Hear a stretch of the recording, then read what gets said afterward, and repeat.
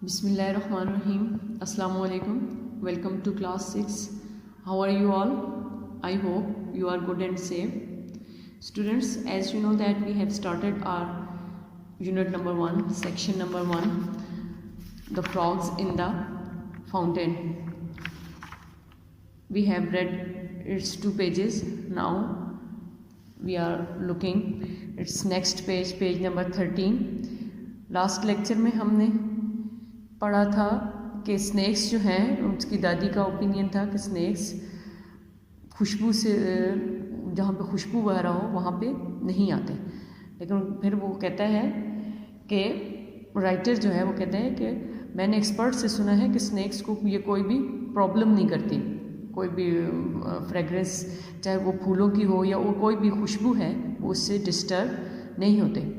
आगे देखते हैं हमने may be so I don't recall ever seeing a snake in Granny's garden, although I did see them elsewhere. However, we did have plenty of frogs thanks to the disused fountain installed by my grandfather but neglected after his death. वो कहते हैं कि ऐसा हो भी सकता है कि वो उनको डिस्टर्ब ना करे फ्रेगरेंस स्नेक्स को। कहते हैं लेकिन मेरी ग्रैनी के गार्डन में, कहते मेरी दादी के बाग में कभी भी हमने सांप वगैरह को नहीं देखा। I did see them elsewhere, कहते इसके अलावा हम उसको देख सकते थे लेकिन मेरी दादी ने अपने गार्डन को इतना ज़बरदस्त मेंटेन किया हुआ था कि वहाँ पे हमने कभी भी स्नेक या इस तरह की चीज़ें नहीं देखी। हाउएवर ताहम we did have plenty of frogs, ताहम कहता है कि हमने बहुत सी फ्रॉग्स देखी हैं, काफ़ी तादाद में हमने फ्रॉग्स देखी जो कि डिसयूज्ड फाउंटेन में, डिसयूज्ड यानी कि फाउंटेन जो चल नहीं रहा था, फवारा वगैरह उसमें जिसको इस्तेमाल नहीं किया गया था, उस फवारे में हमने बहुत सारी फ्रॉग्स देखी हैं जो कि मेरे दादा ने बनाया था। लेकिन उनकी डेथ के बाद उसको क्या नेगलेक्ट नज़रअंदाज किया गया, यानी उसकी देखभाल नहीं की गई, उसकी सफाई वगैरह उसकी नहीं की।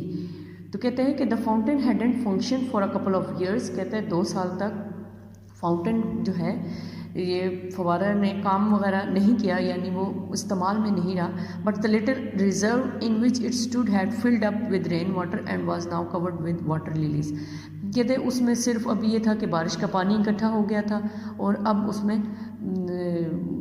पानी जो है, पानी के ऊपर वाटर लिलीज यानी कमल के फूल जो है वो लगे हुए थे।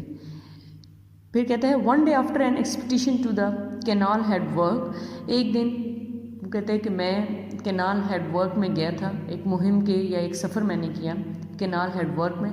वहाँ से मैं आई ब्रॉट होम, वहाँ मैं घर ले आया सम स्मॉल फिश, चंद छोटी मछलियाँ इन अ बकेट, एक बाल्टी में, and introduced them to the lily pond, और उसको मैंने उस पॉन्ड में, उस तालाब में, उस फाउंटेन में मैंने उनको गिरा दिया, फेंक दिया।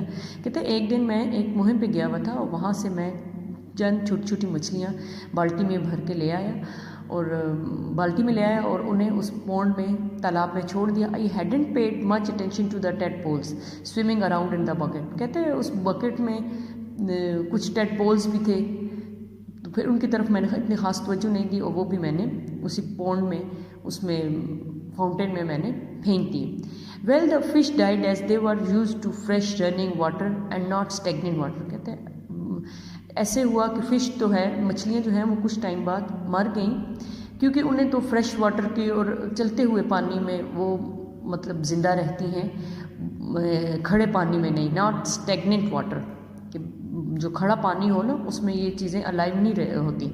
But the tadpoles did very well, कहते हैं लेकिन टेडपोल्स जो हैं वो इसके अंदर से ही बड़े हो गए, उनको सही वहाँ पे खुराक मिली।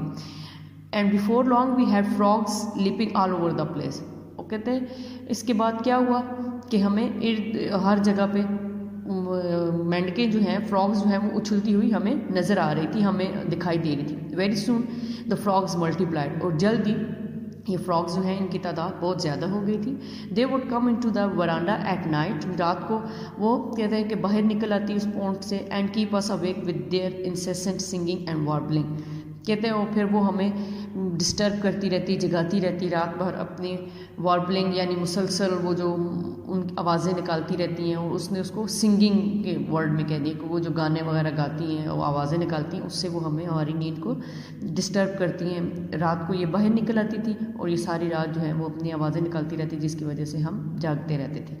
आई can't sleep a wink, complain aunt Mabel. वो भी अपनी आंटी मैबल के बारे में बताता है कि उसने हमसे शिकायत की कि मैं सारी रात नहीं सो सकी। Who are sensitive to noise and allergic to कॉयस। कहते हैं कि made up entirely to bass singers. वो कहते हैं कि जो बहुत ज़्यादा इरिटेट करती हैं या बहुत तंग होती हैं, मतलब ये आवाज़ें वगैरह सुनने के मामले में, कहती कि ये जैसे बेस सिंगर्स गाते रहते हैं, मतलब मुसलसल जो कोरस की शक्ल में गाने गाते रहते हैं। कहती है कि मैं तो सारी रात नहीं सो सकती इन मेंढकों की आवाज़ों की वजह से।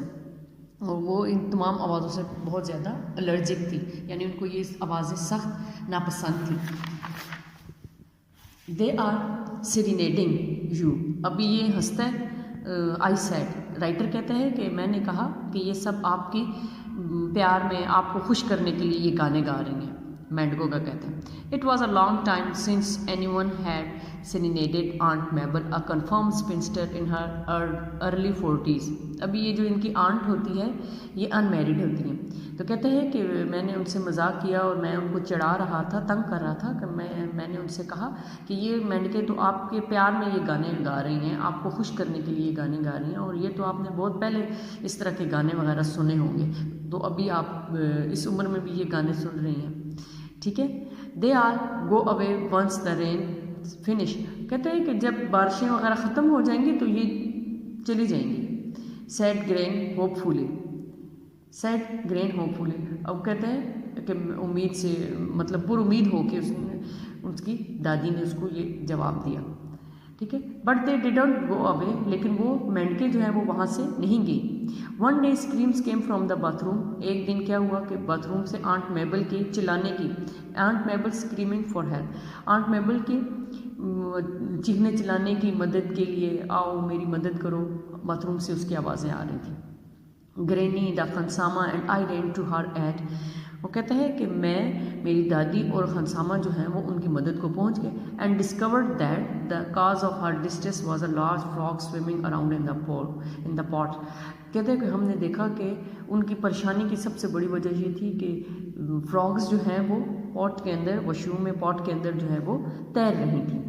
कहते जैसे ही उसने वो सारी देखी, फ्रॉग्स देखी, तो उसने चिल्लाना शुरू कर दिया आंट मेबल ने, कि वो उसको फ्रॉग्स को देख के वो इरिटेट हो रही थी, डर गई थी।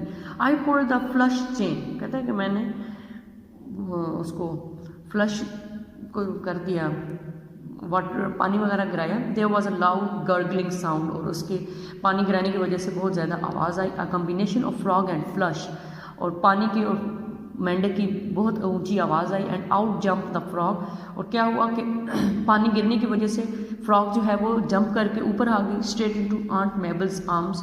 और क्या हुआ कि जंप करके उसके आंटी के बाजू पे आके बैठ गई।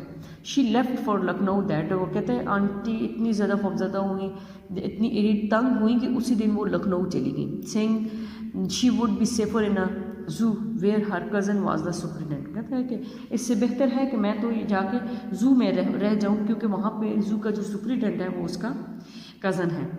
कहने का मतलब ये है कि वो इन तमाम आवाज़ों से उसकी आंट जो है वो बहुत तंग होती है, वो फ्रॉग्स को देख के, और ये राइटर जो है वो उसको तंग कर रहा होता है, उसको चिढ़ा रहा होता है कि वो डरती है उन तमाम चीज़ों से।